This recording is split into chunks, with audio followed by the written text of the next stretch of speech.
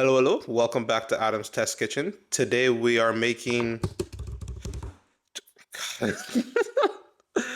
Oh my lord, I should have maybe thought about some of this stuff before I started recording this. Doing voiceovers is, I don't know, it's hard. Maybe I should have had myself like actually recorded, like shown my face in this section. I have to figure out what to put over this. No, I'm rambling on for too long now. All right, okay. Hello, welcome back to Adam's Test Kitchen. Today we are making strawberry jam. Although as I say this, I realize you would have read the video title and that would have given you all the information you need. Anyways, sorry for the delay. I know this video should have been out a while ago, and for those of you who've been asking about Adam's Test Kitchen, well, here's your answer. So, the strawberry jam, this is a request from my wife, just like before, and I aim to please. From all I've seen, strawberry jam seems super easy to make. It's just some strawberries, some sugar, and acid, and that's about it. Takes a bit of time, not that much time. It's very simple. You'll see as we get into it. So, with that said, let's jump right into the video. So I've got my strawberries here. I'm just going to be cutting them off. I'm just cutting the top off, just like that, and then cutting them into halves or quarters. So anything about this size, I'm going to try that and see how that works, and just do that for all the strawberries that I have. On the side here, I've got my scale because I want to measure it out, because at the end, once I finish this, we're going to actually be putting some sugar over them, and I need to know the exact amount of strawberries that I have there to figure out how much sugar I want to put in. So I'll see you guys in a bit. Okay, so I'm all done chopping up my strawberries here. And what I've got is about 322 grams of strawberries. The reason I mentioned it's important to measure and weigh your strawberries is because what we're going to do is that for every 450 grams of strawberries, we're going to add about a quarter cup, so about 50 grams of sugar. Here, oh, it's dropping down a bit, 320 grams. So I need about 36 grams of sugar for all of this. That's as a baseline.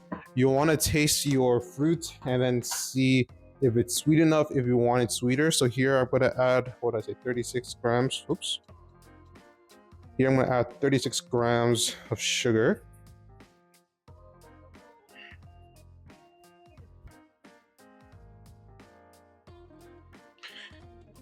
And I'm going to coat each one inside the sugar. This step is called maceration.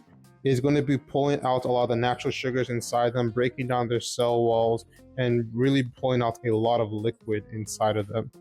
This now, it's macerated, so you can see we got these fine little bits here. This step is called maceration. What we're doing is we're pulling out a lot of the sugars. This step is called maceration. What we're doing here is we're pulling out a lot of the liquid inside here, breaking down their cell walls. You can already see it's starting to get a little bit wet, a little sticky here. But we're going to now take this and we're going to let this sit like this for about, let's say 45, sorry, not 45. We're going to let this actually go for an hour to 2 hours, 4 hours, or overnight. I'm going to do overnight just because my time today is only going to allow me to do overnight. But I'm going to taste it to see if it's sweet enough.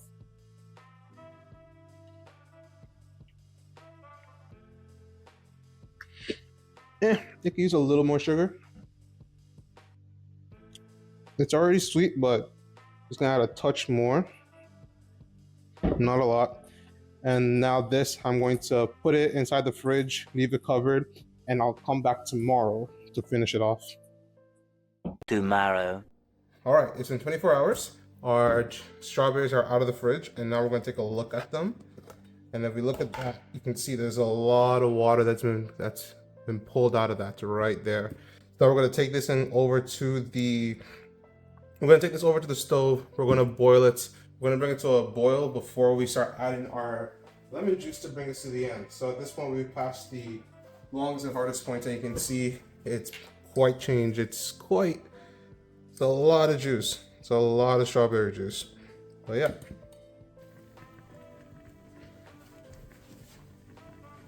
All right. So my strawberries are now at a boil. Just be careful. You want to make sure you don't burn this. But now I'm going to add 2 teaspoons of my acid. In this case, I have lime juice.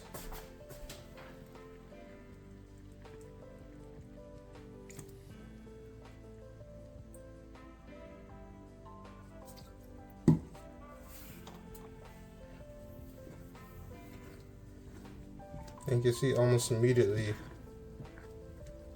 it's starting to thicken up. And now we just let this go until it reaches the desired texture. Almost immediately, it looks like it's starting to glisten a little bit. So I'm gonna let this go for, I don't know, another 1-2 minutes. I'll check again once it's reduced and see how that's affected it, and then give it a taste. I'm probably gonna blend this. I prefer my jam smooth. I don't really like all the thick parts of strawberry, so I'm gonna probably blend this smooth and then use that as a spread. A few moments later. Okay, so at this point, I feel like my jam is done. First time doing this, but what I'm noticing, you see the bubbles? They're very different. A lot earlier they were very like rigorous, very big, very large, but here you can see they're a lot smaller. A lot of the water has evaporated, but also the consistency is considerably different. You can see, I can even see the bottom. I don't know how well you can see that on camera, but I can see the bottom, and I'm able to actually look and actually see a big difference in the consistency as it's been boiling. This looks really different. It's kind of thick compared to earlier. Let me give you a different perspective. Over here, you can see I'm looking at the bottom, and it's a lot thicker from my perspective. You can see I can pull around, and the bottom is very visible. So at this point, I want to turn it off because I don't want this to burn, and I think it's thickened quite enough.